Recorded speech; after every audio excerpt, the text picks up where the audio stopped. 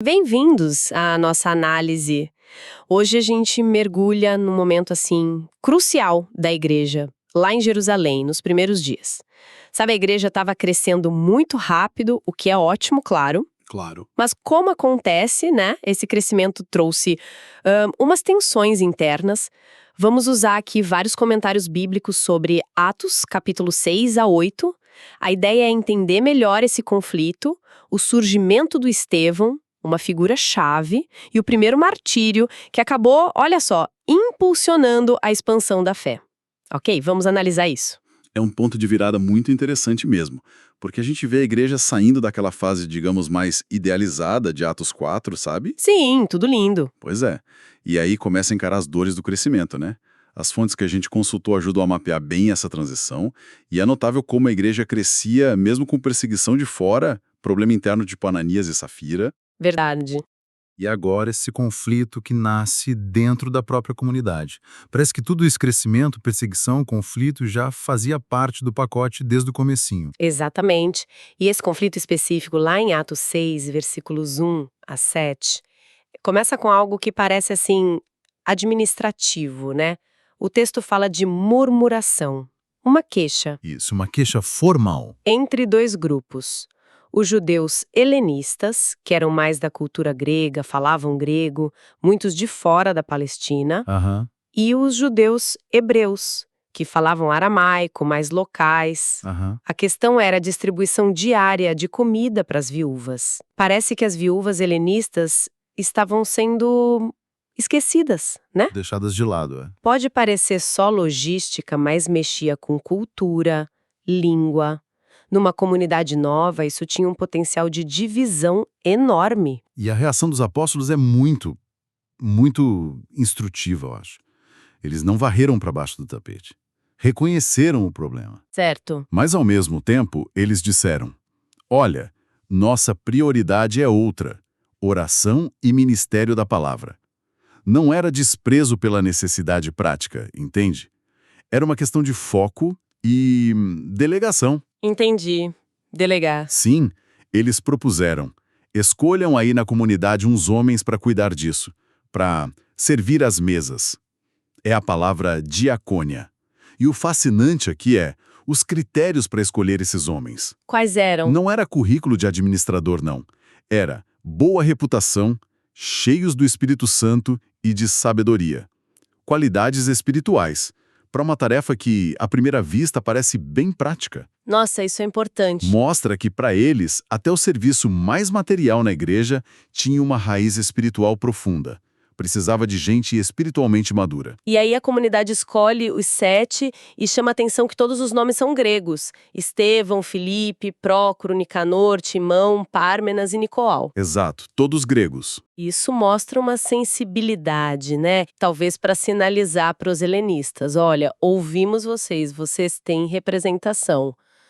E ainda falam que Nicolau era prosélito de Antioquia, quer dizer, um não-judeu que virou judeu e depois cristão. Que diversidade já. Já tinha ali, né? E Estevão e Filipe vão se destacar muito depois, claro. O processo foi bem colaborativo. A comunidade escolhe, os apóstolos aprovam e comissionam com oração, imposição de mãos. Existe aquele debate, né, se foram os primeiros diáconos. A palavra diáconos, diácono mesmo, não aparece como título ali. Mas o verbo diaconel, que é servir, tá lá. Ah, entendi. A função. Exato, a função. Muitos veem aí a origem desse ministério. Mas nome à parte, a solução funcionou.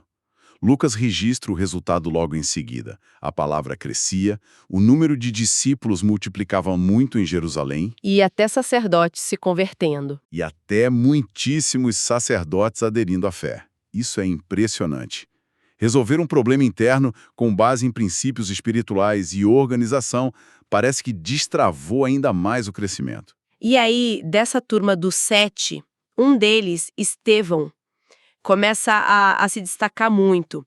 O texto diz que ele era cheio de fé e do Espírito Santo, ou cheio de graça e de poder. E logo depois, no versículo 8, que ele fazia prodígios e grandes sinais entre o povo. Ele não ficou só na administração, não, hein? Não mesmo. A atuação dele foi muito além. É aqui que fica bem interessante. Isso mostra que o poder para fazer sinais não era exclusivo dos 12 apóstolos, né? De jeito nenhum. O Espírito agia através de outros também. E mais, Estevão se mostra um debatedor, assim, de primeira linha. Sim, e foi justamente essa capacidade de debate que atraiu a oposição. Ele começou a discutir em sinagogas de judeus helenistas, como ele, gente da diáspora. Certo. O texto cita a sinagoga dos libertos, talvez ex-escravos de Roma, ou descendentes e gente de Cirene, Alexandria, Cilícia, Ásia. Ou seja, de várias partes do império. Compartilhavam a cultura helenista, mas não a fé em Jesus. Exatamente. E o ponto é, eles não conseguiam competir com a sabedoria e o espírito com que Estevão falava. Aí quando falta argumento, Parte para calúnia. é o que acontece. Instigaram os homens, subornaram testemunhas para dizer que ouviram Estevão blasfemar. Blasfêmia, a acusação mais grave. Gravíssima. E o alvo era duplo. Contra Moisés, ou seja, contra a lei, O pilar da identidade judaica. exato, e contra Deus, atacando especificamente o templo, o outro pilar. Diziam que Estevão pregava que Jesus ia destruir o templo e mudar os costumes de Moisés. Nossa, essas acusações lembram muito as que fizeram contra Jesus, né? É quase um espelho. Mostra um padrão na oposição, o mesmo tribunal, o sinédrio, as mesmas acusações de fundo. E aí prenderam Estevão, levaram à força para o conselho, apresentaram as testemunhas falsas. Situação terrível para ele. Extremamente perigosa. Mas aí, no meio dessa confusão toda, acontece aquela cena incrível. Atos 6,15. Todos os que estavam assentados no sinédrio, fitando os olhos em Estevão, viram o seu rosto como se fosse rosto de anjo. Que imagem! O que será que isso significou ali na hora? É um detalhe poderoso, né? Os comentários sugerem que não era só calma, não. Talvez um reflexo visível da glória de Deus, do favor divino. Como Moisés descendo do Sinai com o rosto brilhando. Uau! Era um paradoxo tremendo. Enquanto o acusavam de blasfêmia, Deus parecia carimbar a aprovação nele, de um jeito visível, desconcertante para os acusadores. E talvez impactante para um jovem que estava lá vendo tudo. Um tal de Saulo. Saulo já aparece aí. É um testemunha silencioso, mas muito forte, da presença de Deus com Estevão naquele momento. E essa presença deve ter dado a força para ele fazer o que veio depois. O discurso do capítulo 7. O mais longo de Atos. E ouvindo bem, a gente vê que não é só a defesa. É muito mais. Muito mais. É uma releitura da história de Israel que vira o jogo. Vira uma contra-acusação. Como assim? Se a gente olhar a estrutura, Estevão não rebate ponto a ponto as acusações. Ele conta a história de Israel, desde Abraão, passando por José, Moisés, Davi e Salomão, mas com um foco bem específico. Qual? 2 temas principais, bem provocativos. Primeiro, Deus não está preso a um lugar, nem à terra prometida, nem ao prédio do templo.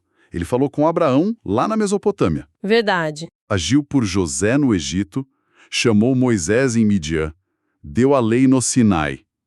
Tudo fora da Palestina. O Deus de Israel sempre foi maior que geografia ou arquitetura. Interessante essa linha. E o segundo ponto? É ainda mais direto. O padrão histórico de Israel de rejeitar os líderes e profetas que Deus enviava. Ele lembra José, vendido pelos irmãos por inveja. Mas que Deus usou para salvar todo mundo. Exato. Lembra Moisés, quando tentou ajudar pela primeira vez e ouviu: "Quem te fez líder e juiz sobre nós?" Que hostilidade. Mesmo depois de libertar o povo, foi rebeldia atrás de rebeldia, o bezerro de ouro no deserto. Idolatria na cara dura. Ele usa essas histórias para construir o argumento dele, então. Justamente. Ele menciona o tabernáculo, aquela tenda móvel, feita segundo o modelo do céu que acompanhou Israel, e contrasta com o templo fixo, de pedra, construído por Salomão. Ele era contra o templo? Não que ele condenasse o templo em si, mas ele cita Isaías: "O Altíssimo não habita em templos feitos por mãos humanas. O céu é o trono, a terra é o apoio dos pés. A crítica era a confiança quase supersticiosa no prédio, como se ter o templo garantisse o favor de Deus, sem precisar de obediência de coração, sabe? E a ideia de que Deus cabia ali dentro. Entendi. Faz sentido. E ele lembra também a promessa de Moisés, lá em Deuteronômio, que Deus levantaria um profeta como ele. Apontando para Jesus. Para Estevão e para a igreja primitiva, sem dúvida. Esse profeta era Jesus. E aí ele chega no clímax do discurso. Ele para de contar a história e se vira direto para os membros do Sinédrio. A hora da verdade. Confronto total. Ele chama eles de homens de dura cerviz, incircuncisos de coração e de ouvidos. Linguagem forte dos profetas antigos, para falar de teimosia espiritual. Pesado. E a acusação final é demolidora. Vocês sempre resistem o Espírito Santo, igual aos seus pais. Ele conecta a rejeição deles a Jesus com esse padrão histórico. Os pais perseguiram os profetas que anunciaram o justo, o Messias. E eles? E eles, a geração atual, foram os traidores e assassinos desse justo. Receberam a lei, dada por anjos, mas não obedeceram. Quer dizer, ele inverte tudo. Ele diz que eles é que eram os transgressores. Exatamente. Eles é que resistiam a Deus e à lei, não Estevão. E isso levanta uma questão importante e desconfortável, né?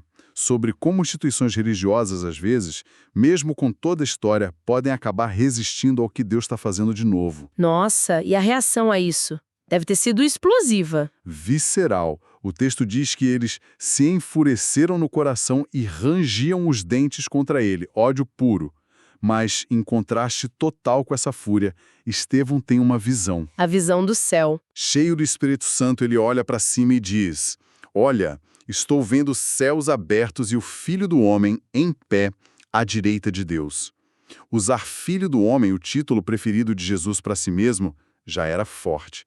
Mas vê-lo em pé, isso é muito particular, né? É mesmo. Geralmente a gente pensa nele sentado. O que significa ele estar em pé? É muito significativo. A imagem comum é Cristo sentado, né? Obra completa, reinado. Em pé sugere ação, envolvimento. Os comentários exploram isso. Talvez Jesus se levantando para receber o servo fiel que ia morrer por ele. Que lindo isso. Ou talvez como um advogado celestial intercedendo por Estevão ali na hora. Ou como um comandante atento ao soldado na batalha. Seja qual for a interpretação exata, passa uma ideia de apoio divino intenso, pessoal, no momento mais difícil. Essa declaração foi o estopim, né? Gota d'água. Para eles, era a blasfêmia final. O Sinédrio virou um caos. Taparam os ouvidos, gritaram, avançaram todos juntos contra ele. Que violência! Arrastaram para fora da cidade como mandava a lei para apedrejamento e começaram a jogar pedras. As testemunhas, que deveriam ser as primeiras a tirar, tiraram as capas para ter mais mobilidade e deixaram aos pés de um jovem chamado Saulo. Aí está ele de novo, Saulo. Consentindo com a morte. É a primeira menção dele nesse papel ativo, consentindo. Uma introdução sinistra para essa figura que vai ser tão central depois. E Estevão morrendo, ainda a hora. 2 orações finais, que é com Jesus na cruz, é impressionante. Primeiro, ele entrega o Espírito. Senhor Jesus, recebe o meu espírito. Uma entrega total. E depois um perdão, absurdo, né? Ele se ajoelha no meio das pedras e grita: Senhor, não culpe esta gente por este pecado. Pedir perdão por quem tá te matando. Naquele momento. É um testemunho do poder do evangelho na vida dele. E depois de clamar isso, Lucas diz que ele adormeceu. Adormeceu. Uma forma delicada comum entre os primeiros cristãos para falar da morte de quem crê. Traz paz e esperança na ressurreição. Um final muito forte para o primeiro mártir cristão. Mártires, a palavra grega, significa testemunha, né? Exatamente. Ele deu o testemunho máximo. O texto ainda diz que homens piedosos o sepultaram e choraram muito por ele. Mas a morte dele não foi fim de linha. Pelo contrário. Desencadeou mais coisa. Saulo, que estava lá quieto guardando as capas, agora vira protagonista. Começa uma grande perseguição contra a igreja em Jerusalém.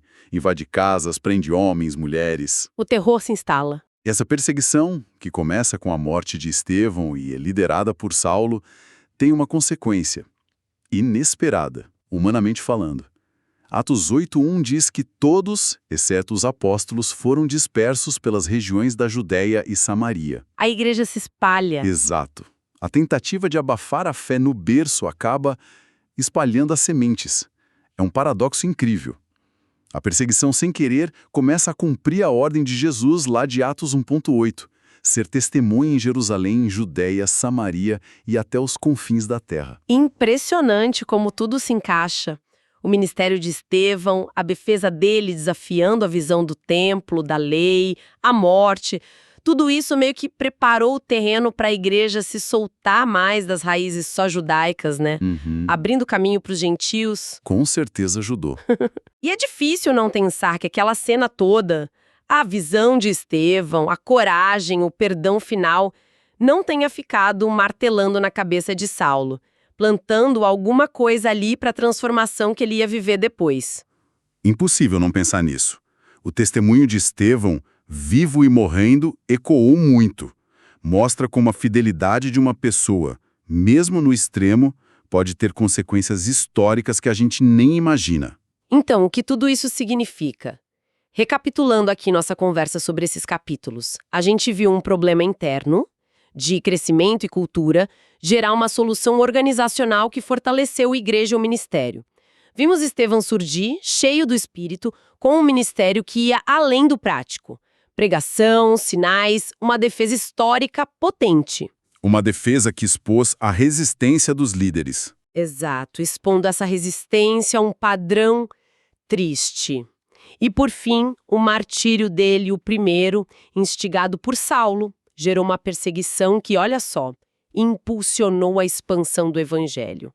Mostra como Deus usa até os desafios, os conflitos, o sofrimento para cumprir seus planos de formas inesperadas. E para fechar, talvez uma reflexão final, voltando àquela imagem forte que você destacou, do Jesus em pé. Sim. Estevão viu Jesus em pé à direita de Deus. Como a gente falou, o normal é sentado. Essa imagem única, nesse momento de martírio, é muito rica. As fontes nos convidam a pensar o que essa postura ativa de Jesus, se levantando, talvez nos diz sobre como Deus se envolve. É um acolhimento? Uma defesa? Um sinal de atenção à luta do seguidor? O que essa imagem específica de um Cristo não só reinando, mas em pé, em solidariedade, sugere sobre a proximidade e o apoio de Deus nos momentos mais extremos de fidelidade? É algo para a gente pensar, que vai muito além da história de Estevão, sabe?